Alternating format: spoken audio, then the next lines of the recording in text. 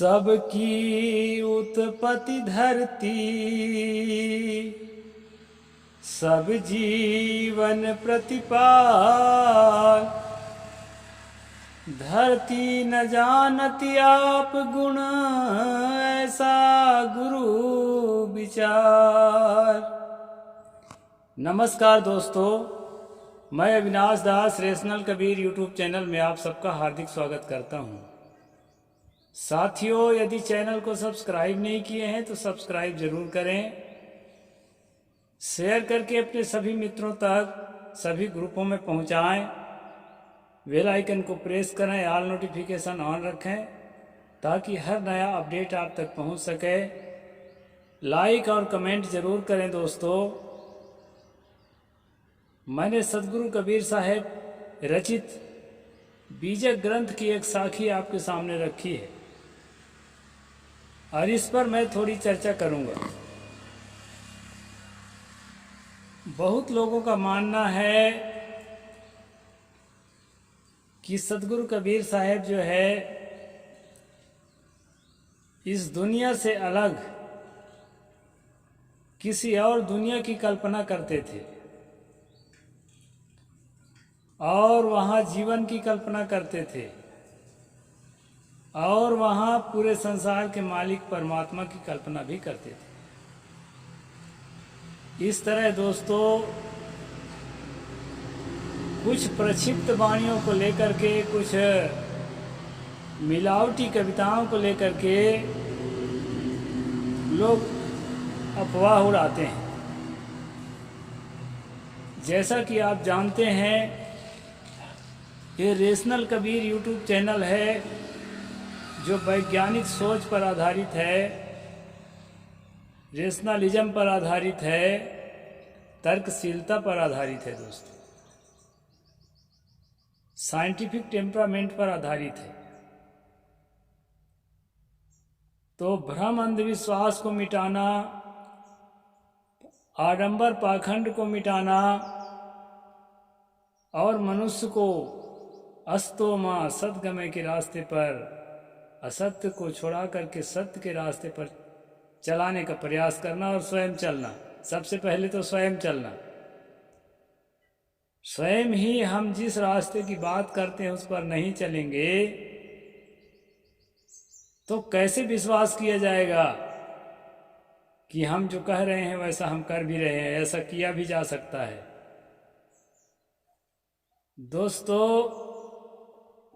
सदगुरु कबीर साहब के वाणियों को ज़्यादा स्पष्ट न बोलते हुए वक्ता लोग मुद्दे को छुपा देते हैं।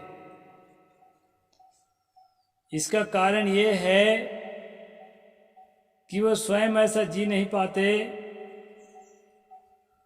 सम्मान का लोभ, पैसे का लोभ, लग्जरी लाइफ स्टाइल में जीवन जीने का लोभ, ये भयंकर खतरा है सदगुरु कबीर साहब के मार्ग पर चलने के लिए।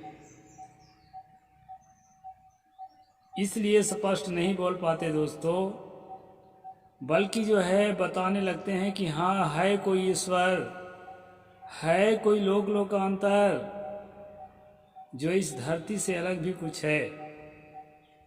इस साखी में सदगुरु ने, कबीर साहब ने इस पर एकदम स्पष्ट कहा है कि जीवन अभी तक की जो खोज हुई है वो अर्थ ही एक प्लेनेट है, धरती ही एक ग्रह है जिसमें जीवन का पता लगा है। इसके अलावा और कोई प्लेनेट इतने बड़े यूनिवर्स में हो सकता है, एक से अधिक भी हो सकते हैं, इस बात से इनकार नहीं किया जा सकता। लेकिन अभी तक जो है जाना नहीं गया है, पाया नहीं गया है। सदगुरु कहते हैं, सबकी उत्पत्ति धरती, सब जीवन प्रतिपाल। प्रतिपाल का मतलब प्रतिपाल, प्रतिपालक।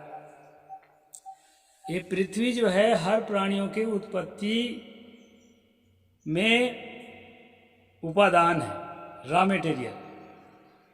पृथ्वी के ही सामग्रियों से, पृथ्वी के ही परिवेश से, पृथ्वी के ही क्लाइमेशन से, पृथ्वी के ही कहना चाहिए कि अनुकूल परिस्थिति से जीवों की उत्पत्ति होती है, और उत्पत्ति होकर के उसका प्रतिपालन भी होता है।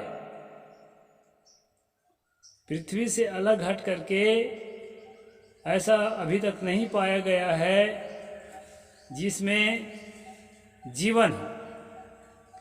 साहेब कहते हैं, धरती न जानती आप गुण ऐसा गुरु विचार, धरती न जानती आप गुण ऐसा गुरु विचार।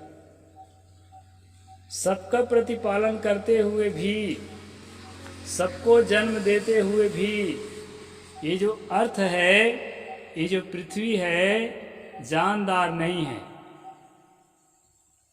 मतलब अजीव है, निर्जीव पदार्थ है। ऐसा गुरु विचार, जो सच्चा गुरु है, जो सत्य बोलता है, वो ऐसा स्पष्ट बता देता है। साथियों, इसका स्पिरिचुअल मीनिंग भी निकाला जाता है। स्पिरिचुअल मीनिंग इस तरह निकाला जाता है कि धरती मीन्स आदमी, कि ऐ इंसान, सारी सोच, सारी कल्पनाओं की उत्पत्ति तुम्हारे अंदर से हो रही है। तुम इन सोच के, इन कल्पनाओं के उत्पत्ति का कारण हो, रॉ मटेरियल हो। तुम्हारे से ही सब हुआ है। तरह तरह के धर्मों की उत्पत्ति, तरह तरह की विचारधाराओं की उत्पत्ति, यहाँ तक कि सोच से, चिंतन से, मनन से, परीक्षण से, शोध से विज्ञान की भी उत्पत्ति मनुष्य से होती है। इसलिए सद्गुरु कहते हैं, हे ज्ञान विज्ञान की उत्पत्ति करने वाला मानव, तू ही वो धरती है जिससे इस प्रकार की सारी चीजें पैदा होती है, और सब जीवों का प्रतिपालक भी तू है। हालांकि सब जीवों का प्रतिपालक मनुष्य नहीं है, लेकिन स्पिरिचुअल मीनिंग में, आध्यात्मिक अर्थ में, अपने जीवन से संबंधित या अपने से उत्पन्न होने वाले, अपने से उत्पन्न होने वाले सारी गतिविधियों का प्रतिपालन यह मनुष्य ही करता है। जिस चीज की शोध करता है, अनुसंधान करता है, आविष्कार करता है, और जिस चीज को जो है वो निर्मित करके समाज में फैलाता है, उस चीज को रेगुलेट भी यही करता है, उसका संचालन भी यही करता है, और उसको सुरक्षित भी यही रखता है। अपने से पैदा करने वाले जितने भी कृत्रिम साधन संसाधन हैं, वो सब का परिपालन मनुष्य ही करता है। सद्गुरु कहते हैं, सब जीवन प्रतिपाल, धरती न जाने आप गुण ऐसा गुरु विचार। लेकिन यह मनुष्य जो है अपने इन महान गुणों को नहीं समझ पा रहा है कि संसार का सर्वोच्च प्राणी, ज्ञान विज्ञान का जनक, सब कुछ को अपने बस में करने में सक्षम है, लेकिन अपने इन गुणों को समझ ही नहीं पा रहा है कि इतना सारा गुण मेरे में कैसे है। सतगुरु कबीर साहब आपके संभावनाओं के प्रति आपको जागृत कर रहे हैं, मोटिवेट कर रहे हैं कि आपके अंदर बहुत सारी संभावनाएं हैं, ऐसी ऐसी संभावनाएं हैं कि आपने कभी कल्पना ही नहीं की। आज मैं मोबाइल के माध्यम से आप तक पहुंच रहा हूं। क्या मैंने कभी बचपन में कल्पना की होगी? क्या आपने किया होगा कि साहब कोई भाषण प्रवचन करेंगे, उसको हम लोग अपने घर से सुन लेंगे? ऐसा नहीं किया था। यानी कल्पना जो हम नहीं कर सके हैं, प्रकृति में ऐसे ऐसे रहस्य छुपे हुए हैं, और उन रहस्यों को जानने की जो शक्ति है, जो सामर्थ्य है, वो हमारे अंदर है, अन्य किसी के अंदर नहीं है। और यही समर्थ, यही शक्ति सबसे बड़ी शक्ति है, दुनिया की सबसे बड़ी ताकत, कि प्रकृति के रहस्यों को जान करके और उसे अपने अंडर में कर लेना, उसकी पहचान करके उसकी उपयोगिता को जो है परख करके अपने लिए उपयोगी बना लेना, अपने अंडर में रख लेना। हवाई जहाज हमारे अंदर में है, रेलगाड़ी हमारे अंदर में है, कंप्यूटर इंटरनेट हमारे अंदर में है। तो दोस्तों, यह चीज जो है आदमी के अंदर की संभावनाएं हैं, और इन संभावनाओं को जितना उद्घाटित करेगा, इसमें जितना आगे बढ़ सकेगा, इसकी कोई थाह नहीं है, कोई सीमा नहीं है। जो हम ईश्वर की कल्पना करते हैं, जो हम परमात्मा की कल्पना करते हैं, लोक लोकांतर की कल्पना करते हैं, उनके पास क्या है? अभी तक जिन भगवानों को स्थापित किया जा चुका है समाज में, वो घोड़ा गधा के सवारी करते हुए दिखाई पड़ते हैं। उनके पास गाड़ियां नहीं हैं। हलकारा भेजते हैं संदेशवाहक, उनके पास संचार के साधन नहीं है। नाव में बैठ करके नदी पार करते हैं, पुल भी नहीं है, स्टीमर्स नहीं है, और जो है लड़ाकू विमान नहीं है, तीर तलवार से लड़ते हुए दिखाई पड़ते हैं। तो दोस्तों, संभावनाएं उनमें नहीं थी ऐसा नहीं है, संभावनाएं जो हम में है उनमें भी थी, लेकिन धीरे धीरे धीरे धीरे अपने संभावनाओं का उद्घाटन हुआ है, और धीरे धीरे हमारे साधन संसाधन बढ़े हैं, और अभी और बहुत सारी संभावनाएं हमारे अंदर है। और सच पूछो तो सिर्फ एक संभावना है आदमी के अंदर, वो क्या है? प्रकृति के रहस्य को समझकर उसका उपयोग करने की संभावना। इसी के कारण जो है सदगुरु ने कहा कि अपने संभावनाओं पर विश्वास करो, अपने संभावनाओं को समझो और जीवन में उसका उपयोग करो, ताकि अपने लिए और समाज के लिए कुछ बेहतर करके दिखाओ।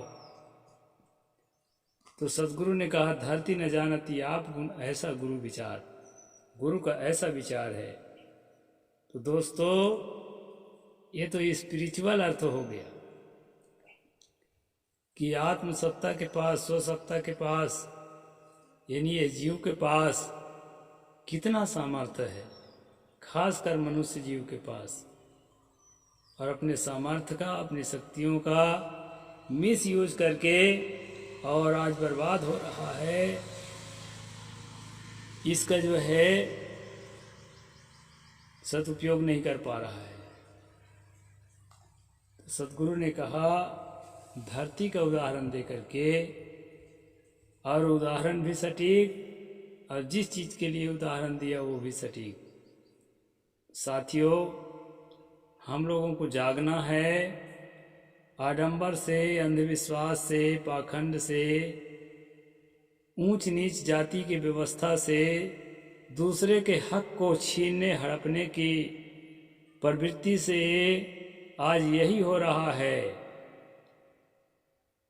सदियों से सताए गए, सदियों से पीड़ित, दलित, वंचित जो समुदाय है, जिसमें ऐसा लगता था कि अब कोई संभावना ही नहीं है, बाबा साहेब डॉक्टर अंबेडकर ने संविधान में आरक्षण का विधान कर दिया, और वो पढ़ लिख करके अपनी संभावनाओं को उद्घाटित कर रहे हैं। उनको आगे बढ़ने में रोड़ा नहीं अटकाना चाहिए, ये देश को आगे बढ़ने में रोड़ा अटकाना है। देश के एक एक जनता ये महसूस करे कि मैं भारतीय हूँ, उसको लगे कि यह देश मेरा है और यहाँ जो कुछ भी है उसमें मेरी हिस्सेदारी है। जंगलों में, जंगली क्षेत्र में जाकर देखिए कैसी कैसी स्थिति में जी रहे हैं अभी भी लोग इसी भारत के अंदर। साथियों, जहाँ तक नहीं पहुँची है वहाँ तक पहुँचाएं, और जहाँ पहुँच रहा है वहाँ दूसरे के हक छीन कर ना खाएं। आदमी का जीवन बहुत विशाल है। अपनी विशालता को समझ करके उसमें जब आप प्रतिष्ठित होंगे, हम प्रतिष्ठित होंगे,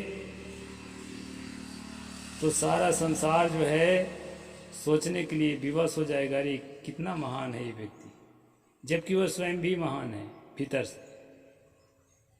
इस कारण से दोस्तों, एक कविता के बारे में मैंने आपको बताया, एक साखी। विस्तार तो बहुत किया जा सकता है, लेकिन छोटा वीडियो ही अच्छा होता है, इसलिए मैं यहीं पर इस बात को पूरा करता हूँ। साहिब बंदगी, जय जोहार, जय भीम, जय भारत।